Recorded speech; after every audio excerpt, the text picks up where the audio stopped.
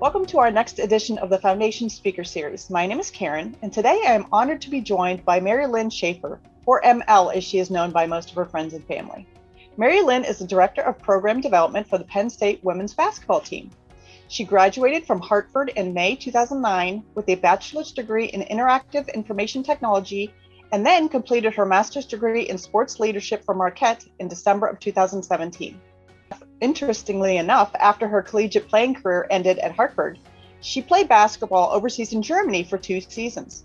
While there, she led all 3 divisions in Germany in 3-point field goals and led her team to the league championship in her first season. Prior to getting her master's degree at Marquette, she worked for the Miami Hurricanes for 3 seasons.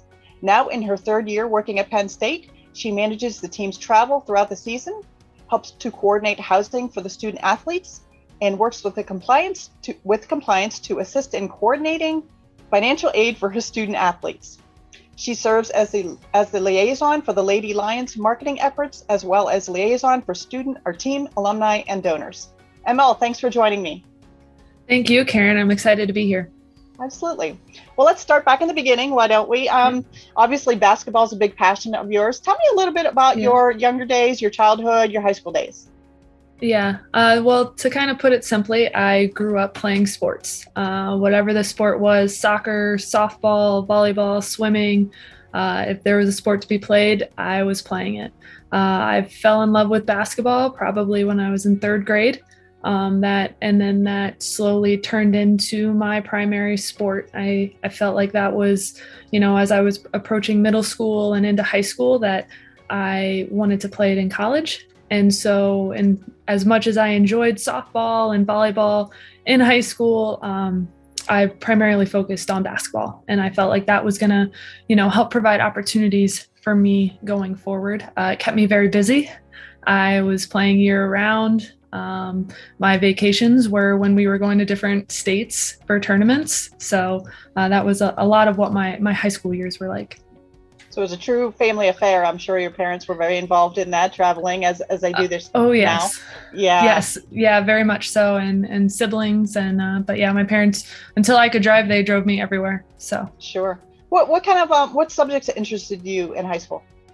Oh, well, other than basketball. Yeah, I was going to say there's this stereotypical favorite of like PE and weight training. But I had a high school English teacher, Greg Greentree, who I had for 9th and 11th grade. And he just made English fun in general, learning. And I really just looked forward to going to his classes, specifically, did not do honors English in 11th grade so that I could have the opportunity to learn from him. Wow, great. And how about in college? Were there clubs or groups that you were involved with that maybe you could recommend to young people that might feel that sports management might be something they're interested in taking up?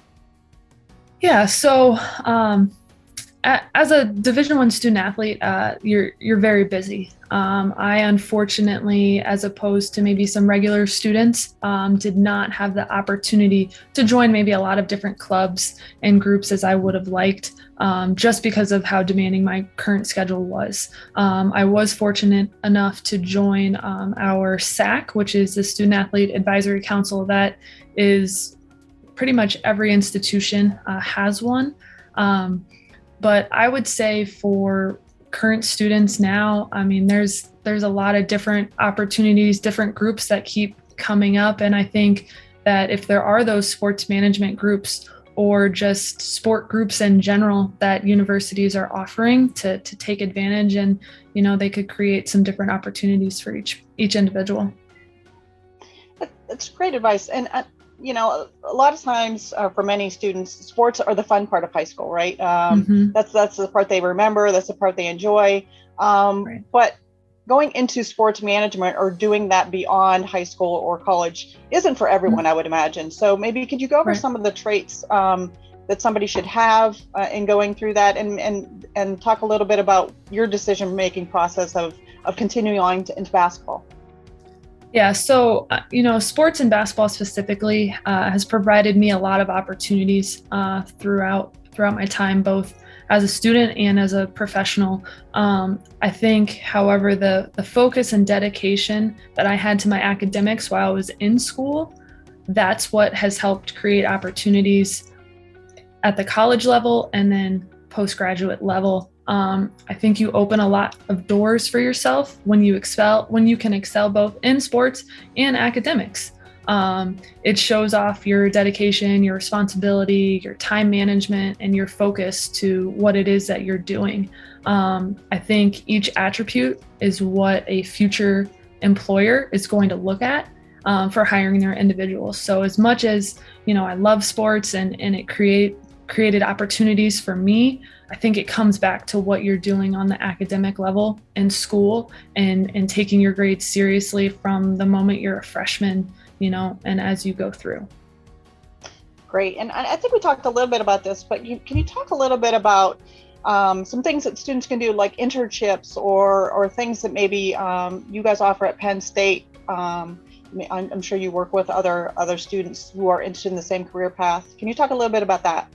Yeah, so there's a wide range of opportunities. The biggest one, aside from internships, right? So you can do that on the sports management side. We also have internship available within communications, because there's all different facets of sports. You have your sports information directors. Those are your writers who are covering your sports teams. And there's individuals students that are interning in those positions. They're in the communications college of Communications, Belisario, here at Penn State, and they are interning within our athletic department.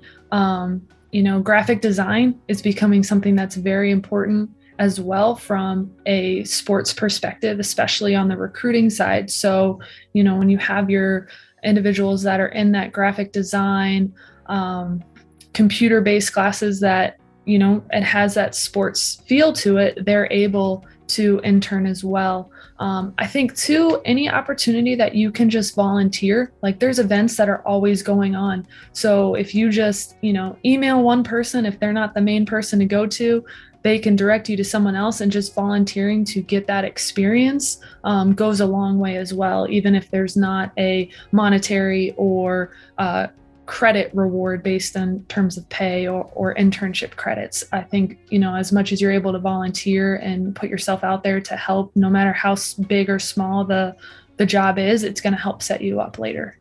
Yeah, great advice. Experience is the key. Yeah. So you're obviously a very motivated person. You have been all of your life. Can you talk a little bit about what motivates you now? What keeps you passionate about coming to work every day and putting in the long hours and doing all the travel that you have to do?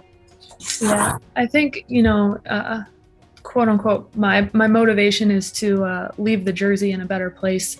I obviously have not played for several years now, but I had a lot of people that positively impacted me during my time as both a student athlete and early on in my career. And if I'm able to have a positive impact on our current and future student athletes in the way that I was impacted when I was a player myself, that's really what motivates me, and to help individuals have the same or better experiences that I had. That's great. How do you decompress at night? Like when you go home and you're just kind of trying to, take a breath. What do you do? Do you read? Do you watch TV? How do you decompress? There is a little bit of TV relaxation there. I think something though that has really taken form is exercise. It's a great stress reliever. I am a little bit of a competitive person. So I did start a New Year's challenge for myself this year.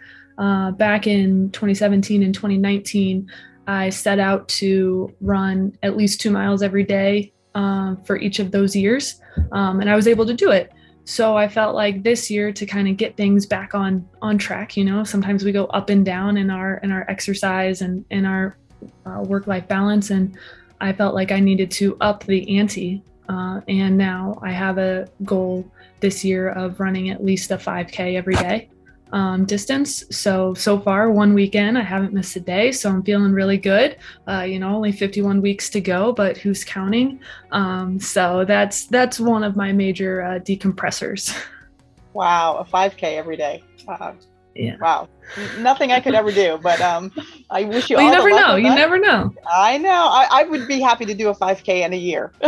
Okay. There you go. There's always That's a plan for okay. that. It's a goal, right? It's a goal. Yeah. Well, as we wrap up our time together, I just wanted to ask just a simple question. If you weren't doing what you're doing, is there Yeah. any hidden thing in your back of your mind? You said, you know what, I'd really like to do this, or maybe you get burnt out and you decide you want to move to something else. Is there any other career that you could ever think of yourself doing?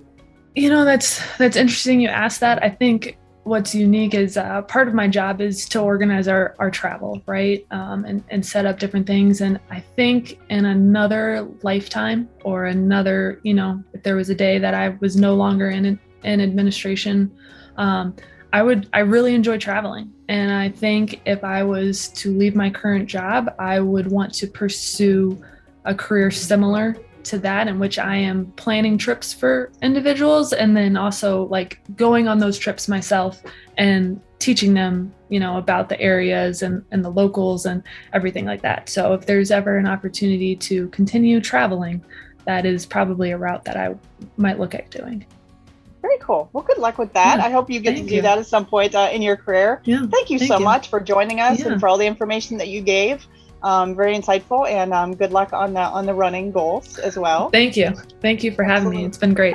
Absolutely. If anyone wishes to talk with MaryLynne individually or to connect with her through our offices, please feel free to do so. Her contact information will be provided following the interview, and she would love to hear from you. Thanks for joining us.